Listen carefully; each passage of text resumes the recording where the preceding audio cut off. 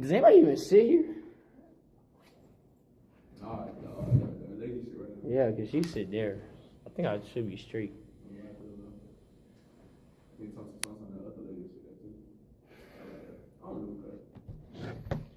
All right. This is crazy. It's hotter than the bin. Bro, it is.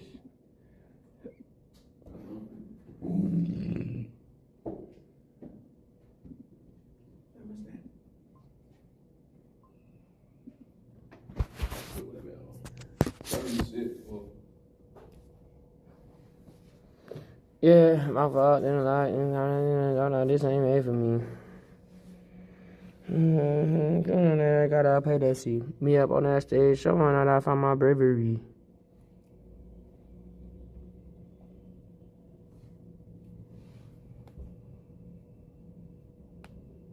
Turn on me. You heard it? I heard it. Hey man, I'm locking in, bro.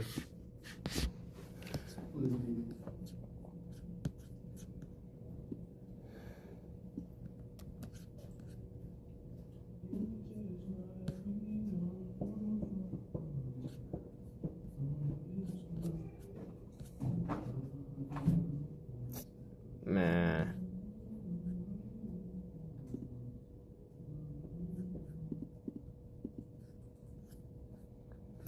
I just don't want to act dumb, bruh.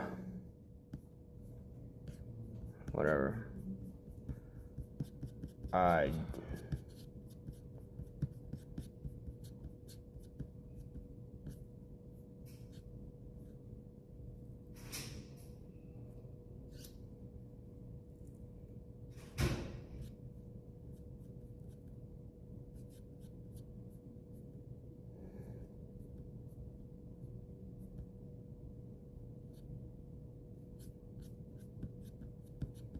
Alright, Jit. Let me see. Man, what is this? Alright. What's the first, second, third world? What? First, second, third world. That's gonna be on the test. Yeah. GG's. Yeah, but if it's a multiple choice, I'll be right. But I can't figure it out in my head. I didn't even study that. First world. Everything ran by the United States. And capitalistic / democratic ran. Second world, everything communist, led by the Soviets. Third world is everything, is everything that wasn't involved with them. Newly and developing countries, they were the battlegrounds for the proxy wars. Korea and Vietnam? Bingo. So first world, United States, second world, U.S., Soviet Union, third world, proxy wars. Sure. Korea and Vietnam. Yes. All right. What's containment? Containment was the U.S. trying to contain or start the spread of communism. Ooh, that boy do. How they do that though? How do they do it? What policies and stuff like that? Elaborate a little more. See, we had the Marshall Plan. Yeah, the Marshall. Yeah, okay, that's what I was thinking. So the Marshall Plan, they basically funded Europe and like other countries where they can be able to fight against communism. Mm-hmm. Yeah, they gave billions of dollars to rebuild Western Europe after World War II. Mm-hmm. I knew about that. Yep. And then, it was to influence more economic stability and whatnot to stop, the spread of communism. Okay, all right. Who's George F. Kennedy? Don't know. The father of containment. He's the one who came up with the whole idea of containment. He was a big influence on the policies. See that? The Cold War policies. All right. Marshall Plan, we already talked about that. Billions of dollars. Boom, boom. Yep. Okay, who's Charles de Gaulle? I didn't study much of the name. See? Gotta know this, bro. These gonna be the terms she got to pick. Charles de Gaulle. You see this J here. I think he was the president of the Fifth Republic of France. Why was he significant? Oh, he basically advocated for France's independence away from the Soviets and U.S. He wanted France to be his own independent state. You see? Yeah, national pride, boom, boom. Yeah, from U.S. influence, leadership reflects Europe's attempt to assert. Okay, all right. The May 1958 crisis. Something that went down while Charles was in office. To be honest, it's something about the Algerian War. Oh, yeah. 1958. Yep, 1950. Y'all not taking finals or nothing right now, are you? At 10. Yeah. I want to make sure I went this Thursday night. I know you did, man. So this is our biggest classroom. So the one right across the way is literally a carbon copy of this classroom. Your Bible classes. Let me see. Here, Hey, slide over here, bro. But as you can see, there's screens on both sides, so you'll be able to, wherever you're at, you'll be able to see all the materials, same thing. We got 30 minutes, bro. 30 minutes. That's kind of nerve-wracking, bro. I ain't gonna lie. Sheesh. Nah. Thank you, sir. Appreciate you, man. What's up, brother? Good to see you, man. You too. At the side, one of our students, he's about to graduate. So everything go well this week for him. Yeah. 30 minutes. Yeah. That's when I take my last exam. Oh, your last exam? Okay. Mm-hmm. Yeah.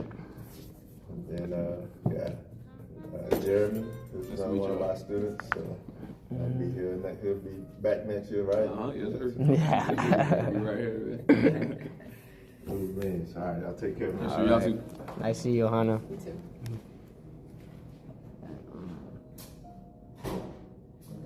You know request? That's your girl. For real? Yeah. They damn near married, I ain't gonna lie. So he leaves that. Mm-hmm. That's great. He from Atlanta, dude. All right. So now, who's Konrad Adenauer? I don't know. He was I think the first chancellor of Western Germany. Ooh, yeah, after World War II. I don't know too many names, gang. Hey, man. We gotta know these terms, bro. Let me see. He played a crucial role in rebuilding the country, aligning it with the West, and promoting economic recovery. I ain't gonna lie, everything West and South is pro-U.S. And everything North and East is communism, pro-Soviet Union. You know what I mean? Yeah. All right. Now, Clement Attlee. Now, I don't know many names, gang. he's something with Britain, bruh. What was he? Led Britain after World War II, implemented major social reforms, including the creation of the welfare state. Okay, so basically, Clement Attlee, he's the top bum. That's how I'm gonna remember it. He's the one who advocated for social reform, health care, what? And welfare.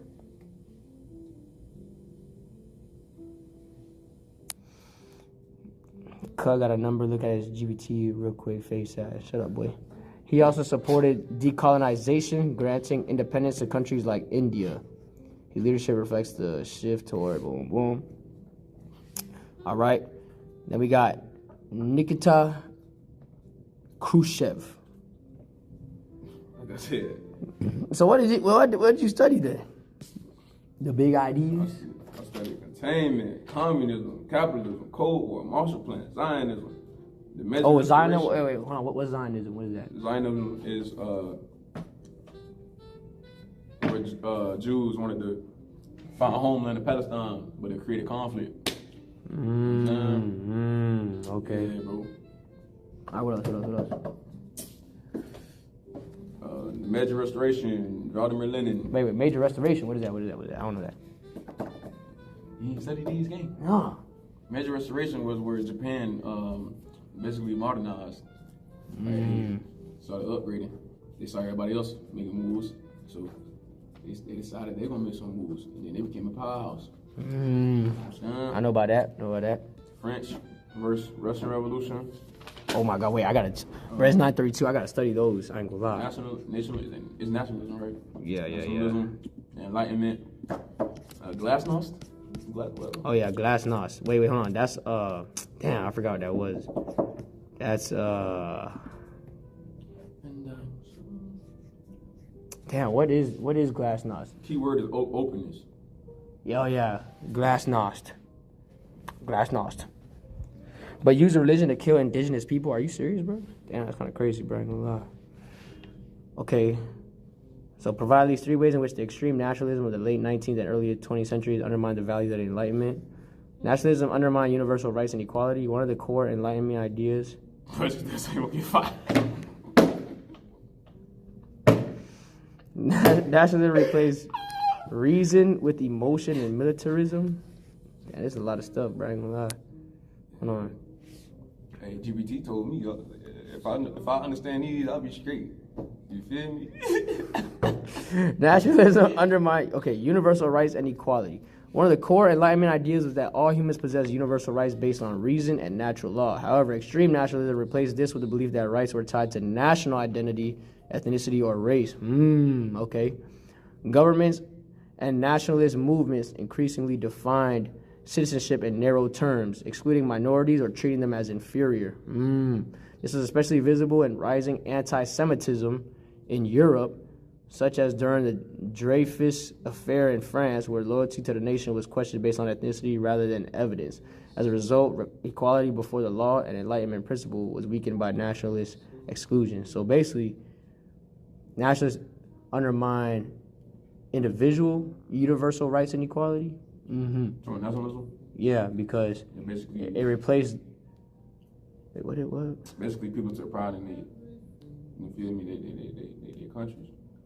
One of the core Enlightenment ideas is that all humans possess universal rights based on reason and natural law. However, extreme nationalism replaces we believe that rights were tied.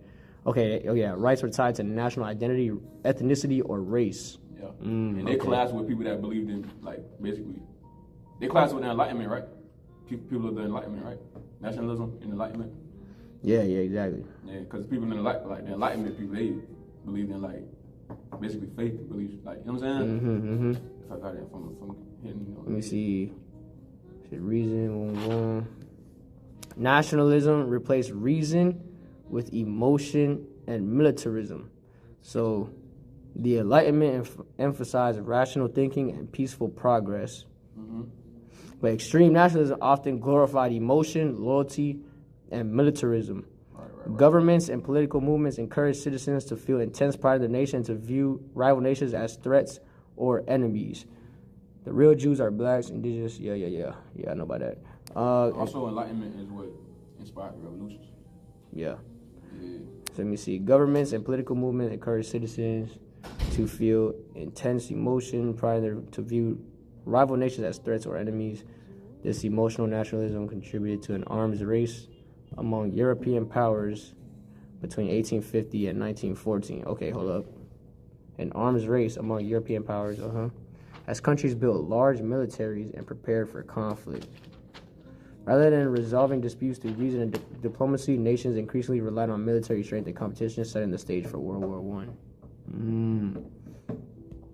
So, nationalism undermine universal rights and equality. I didn't even want to study here, bro. I ain't gonna lie. Because then people gonna start coming through 15 minutes, you know what I'm saying? I might just go outside or something real quick. But so nationalism, yeah, sure. Well, no. Once a lot of people, more people, a lot more people start coming, then I'm gonna leave. But once they start coming in, it's gonna be time to take this. Come on. Nah, bro. I'm gonna leave 9:45, bro. 9:45. We got 9 minutes. Come on. Let me see. Bro, just start kids. So people have no choice to give y'all some space, bro. What? All right, bro. Anyways, so we got nationalism undermine universal rights and equality, and then nationalism promoted intense emotion and militarism over reason and thought. And pride in your country. Yeah. I mean, that's what nationalism is. Yeah. All right. Nationalism undermine international cooperation. Enlightenment thinkers promoted the idea that rational nations could cooperate for mutual benefit. Enlightenment thinkers promoted the idea that rational nations. Okay, yeah. So basically, Enlightenment thinkers, they believe that all these countries could work together through rational, reason and thought. Mm-hmm. However, rising nationalism encouraged competition rather than cooperation. Among European states, countries prioritize national interests over international stability. So people were just basically more loyal to their nation, not really caring about cooperating with the other nations. It's a competition now instead of a camaraderie. There you go. Let me see. Countries prioritize national interests over international stability, leading to rival alliances such as the Triple Alliance and Triple Entente. Okay. This system increased distrust and made diplomacy more fragile. Instead of seeing humanity as interconnected, nationalist ideology emphasized division between us and them, weakening the Enlightenment vision of a more peaceful and cooperative international order.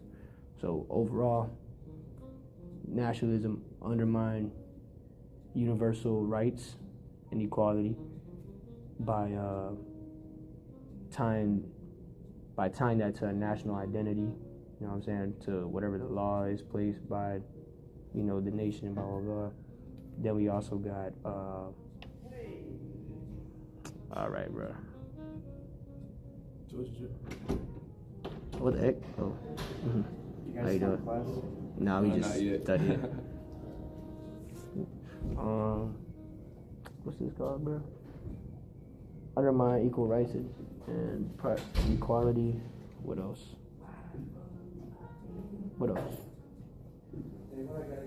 Damn it.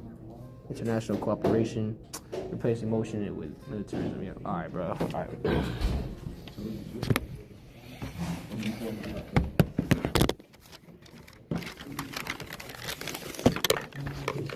They coming dummy early for no reason.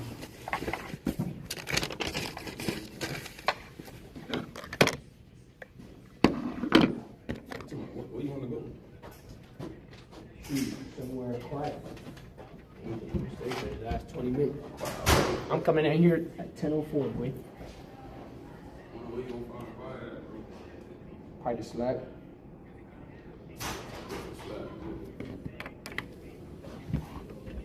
Okay.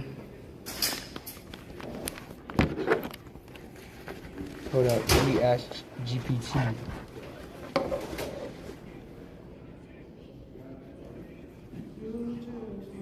You see, y'all know about that, right?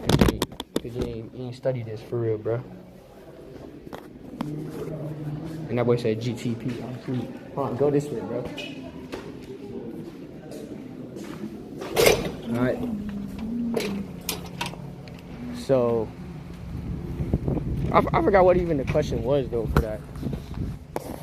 Let me see. Oh, provide at least 3 ways in which the extreme nationalism of the late 19th and 20th century undermined the values of the Enlightenment. 3 ways of what? Let me see. So the 3 ways it undermined their country and whatnot rather than international cooperation. Yeah. And then the intense emotion, the militarism, this and that. There was a lot of wars fought. Between 1850 and 1914. You know what I mean? That's a big thing to know. 941. Woo! Man. It's on.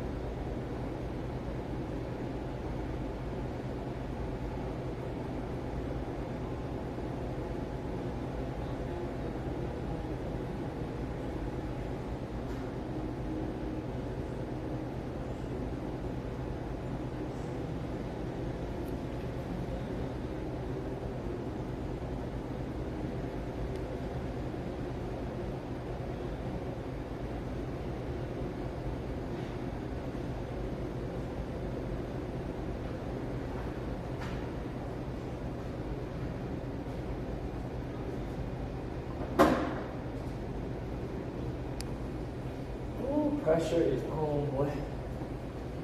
The pressure makes diamonds. Okay. So then now we got. Alright, so look. So now. And I'm hoping this is gonna be the. No. I'm hoping this is the question, bro. I'm really hoping that's gonna be the question, bro. Hey, man.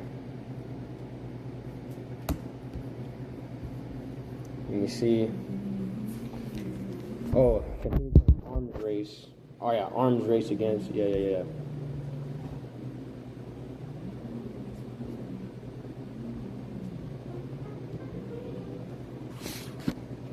What arms races specifically were fought between 1850 and 1914?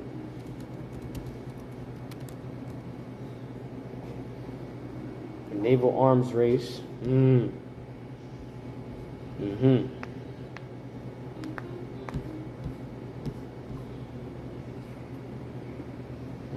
Okay. Alright, hold on. What was this one again? Alright. So, how did the Industrial Revolution change life? Ways it improved people's lives, increased production and availability of goods. Yep. Long-term improvements in living standards and technology. Over time, industrial growth contributed to advancements in medicine, sanitation, technology. Huh? Vaccines, cleaner water systems, and medical innovations helped reduce disease, blah, blah, blah. Let's create more specialized jobs and higher wages for skilled workers. Industrialization made it possible to produce goods on a massive scale using machines and factories. This led to cheaper clothing, food, and household items, making everyday life more affordable. I'm about to use Google Gemini, bro. Hey, y'all go. There you go. There you go. I feel like it might get more in-depth type view. See that? Affordability. Mass production, I guess. Ain't really going in depth for it.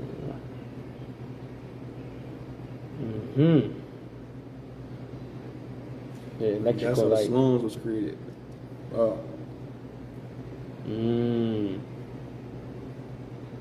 And urban overcrowding and disease. Wow. Negative impacts on life. Harsh working conditions. Early factory life was often miserable, with men, women, and children frequently working 12 to 16 hours a day in dangerous, poorly ventilated, and loud environments for very low wages. Unlike farm work, factory labor was repetitive, strictly timed by whistles, and offered little personal autonomy.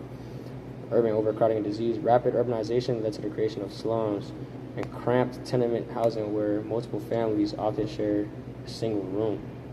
Without proper sewage systems or clean water, epidemic diseases like cholera, tuberculosis, and typhus spread quickly through poor neighborhoods.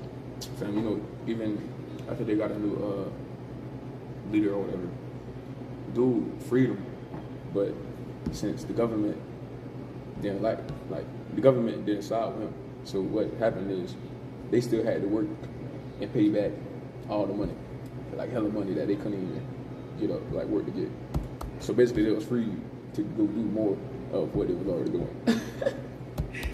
Damn. You feel me? Right. Okay. Similar between the French and Russian revolutions. Both were caused by deep social and economic inequality. Both revolutions were fueled by widespread dissatisfaction with existing social structures. Yeah. In France, the Third Estate. I remember these. Yeah. Third Estate commoners faced heavy taxation and little political power under an equal state system. In Russia, peasants and workers suffered under poverty, food shortages, and the harsh rule of the Tsarist regime. In both cases, long-standing inequality created revolutionary pressure that exploded during crisis. Okay, so both are caused by deep social and economic inequality. The Third Estate commoners faced heavy taxation and little political power. Then in Russia, it was the Tsarists. Okay. And then both replaced old regimes with radical political change. So each revolution led to the overthrow of an old system of government. Yeah, that's true. The French Revolution dismantled the monarchy and aristocratic privileges, while the Russian Revolution overthrew the Tsar and replaced it with a communist government led by the Bolsheviks. You know what the Bolsheviks are? That's who had a Lenin led. Woo! Vladimir Lenin. Lenin. They all were basically Karl Marx glaziers. That's how I describe them. But they were radicalists for Marxism. All right, so in both cases, revolutionary leaders attempted to completely reshape society and politics, not just reform them. The difference between the two revolutions, ideology and goals are very different. So the French Revolution, 1789, was largely inspired by Enlightenment ideas, right? Like liberty, equality, citizenship rights. They aimed to create a more representative political system, even though it became more radical over time. In contrast, the Russian Revolution of 1917 was based on Marxist socialism. They aimed to create a classless communist society, abolishing private property and capitalist systems entirely. So the French Revolution was inspired by the Enlightenment ideas and the infringement upon those ideas, while the Russian Revolution, Marx, he just seen the disparity between the poor and the rich, but they were trying to push an ideology more so than like actual like freedom and whatnot. You know what I mean? They were just trying to push communism for real. So I mean, and socialism. In short words, the French was more.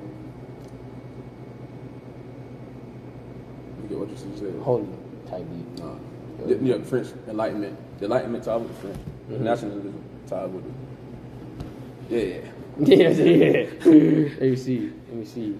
Okay, so yeah. All right. That's pretty good. So now we gotta answer these questions right here. All right, so provide at least 3 ways in which the extreme nationalism of the late 19th and early 20th centuries undermined the values of the Enlightenment. All right, so look. So basically, nationalism is pride in your country. So right. So how does that undermine? They do away, doing things out of faith. You know what I'm saying, and beliefs. You know what I'm saying? Yeah. I'm having brain fart. All right, so look, we got that. So it undermined it in 3 ways. It undermined equal rights or universal rights and equality, because nationalists believed that all of that was tied to the law and what the nation had to say, and the national, ethnicity, race, all that stuff. And then we also got, nationalism was tied more to emotion and militarism than it was rationing and thinking. You know what I mean? So that's what led to a lot of wars, a lot of arms races between 1850 and 1914. Naval wars were a big one between, European states and whatnot. And then lastly, how did it undermine Enlightenment ideas? It made it to where now it led to less cooperation among international states, and nationalism is more suited for, just one nation. It became competition over cooperation. No unity. Yeah. Okay. So now, how did the Industrial Revolution change life in the 19th and 20th centuries? Name at least 2 ways it improved lives and 2 ways it made life worse for at least some. It improved lives through cheaper goods. You know what I'm saying? More goods accessibility. Produced at quick rates. Right. Transportation with the trains and everything. You know what I'm saying? Goods easier to trade. Yeah. It affected it negatively through spread of disease. You know what I'm saying? Urbanization became very huge. A lot of people moving in and working.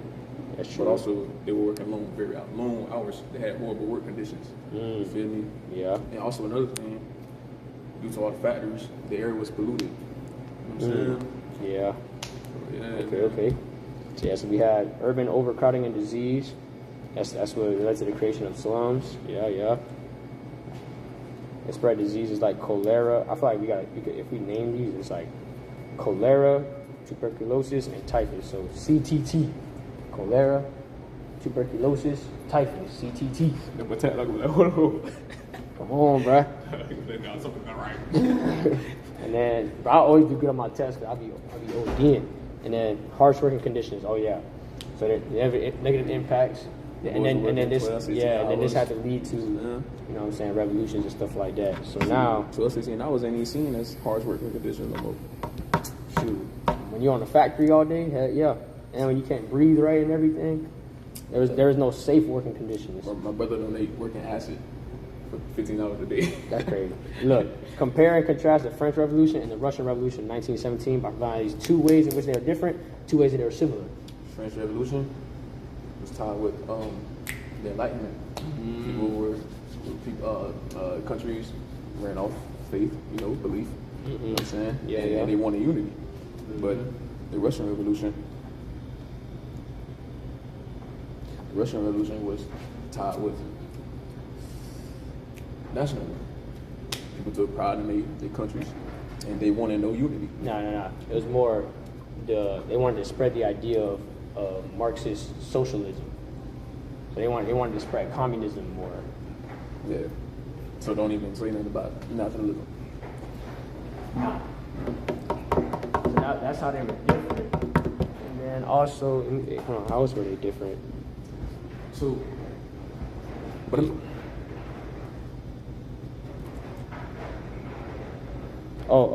outcomes and structure of government. Oh, that's actually, hold on, we didn't get through that. The French Revolution led to cycles of instability, including the Reign of Terror and later Napoleon's dictatorship, before eventually returning to a more stable form of government. The Russian Revolution, however, led directly to a one-party communist state under the Bolsheviks, which became the foundation of the Soviet Union. Russia's outcome was more centralized and authoritarian from the beginning. So the French Revolution eventually led to cycles of instability, including the Reign of Terror and later Napoleon's dictatorship, before eventually returning to a more stable form of government. So that's when the Soviet Union came to play. That's how it was created, basically. I guess. You see? It's a cycles of instability, including the Reign of Terror, later Napoleon's dictatorship. Yeah, the Russian Revolution, however, led to. All right, so, and then how are they similar? They both led to overturning of an old system. You know what I mean? We had the three estate system, or like the estate system in France, which separated the rich from the poor and everything else. And then we had the capitalist system, which, made, what's it called? Yeah, it's the capitalist system made it to where the poor people were always working in the factories and whatnot, while the rich people owned everything. I forgot what that's called, but let me see. Oh, Tsarist regime. Yeah, the Tsarist regime. Okay, both replaced old regimes. Okay, both were caused by deep and social inequality. Yeah. Okay, all right. Hey, I ain't gonna lie. I'm leaving here at 10 o'clock, boy. I ain't gonna lie to you. At 10. Let me see. As that, I'm trying to see if there's anything else really. And then I'll just go through all the stuff like a breeze through for real. Let me see.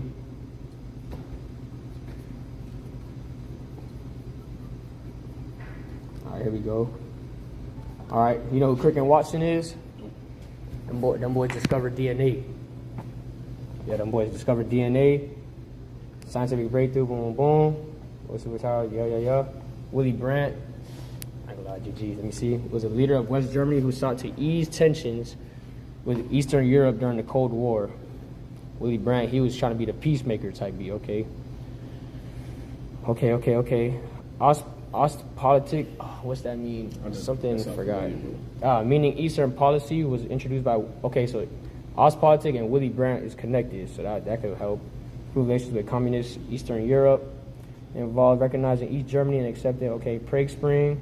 Prague Spring was a reform movement in Czechoslovakia that aimed to create a more liberal form of communism and greater freedom of speech and less government control. However, the Soviet Union invaded to stop these reforms.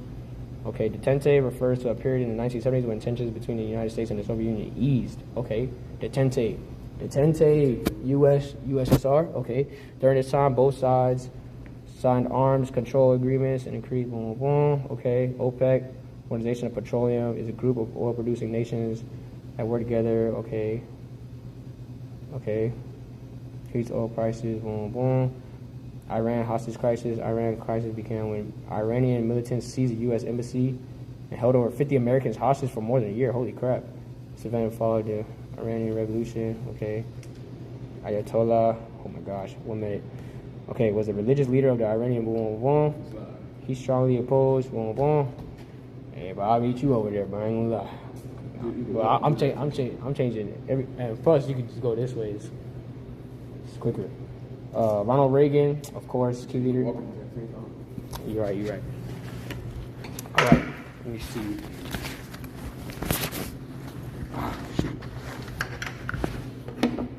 Okay. Neoliberalism, is an economic philosophy that emphasizes free markets, privatization, reduced government spending, and deregulation. It became prominent in the 1980s under leaders like Thatcher and Reagan. All right, Richie. An economic philosophy that emphasizes free markets, privatization, and reduced government spending, and deregulation. Okay. All right, Ronald Reagan. Mikhail Gorbachev was the last leader of the Soviet Union and introduced major reforms. Boom, boom. Woo-hoo. Okay. Perestroika. Gorbachev's policy. Okay. Glasnost. Transparency. John Paul II. Pope during the Cold War. Solidarity. Labor Union movement in Poland. China's communist rule. Was the leader. Yep. Was the leader of the Solidarity movement. Okay.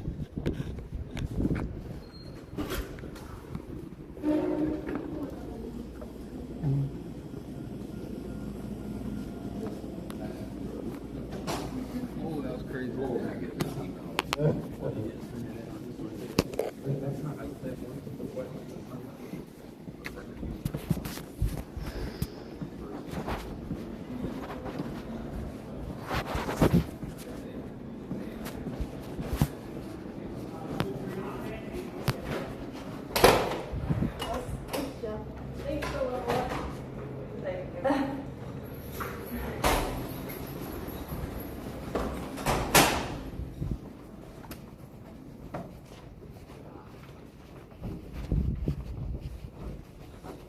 Y'all gotta sit here.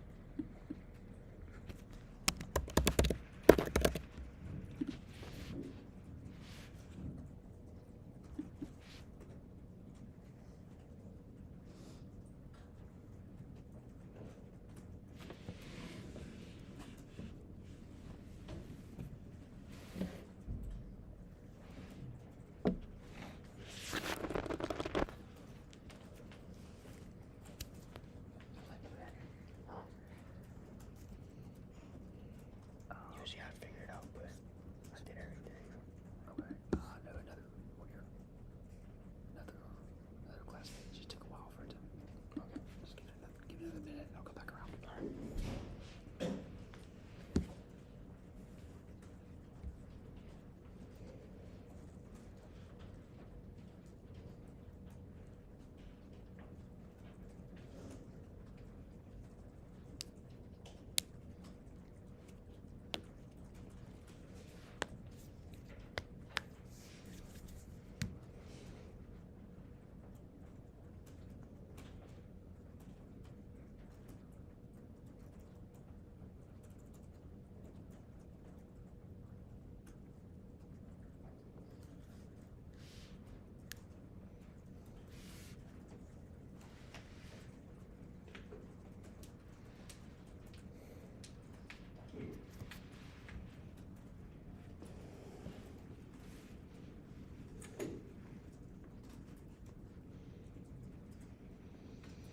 right.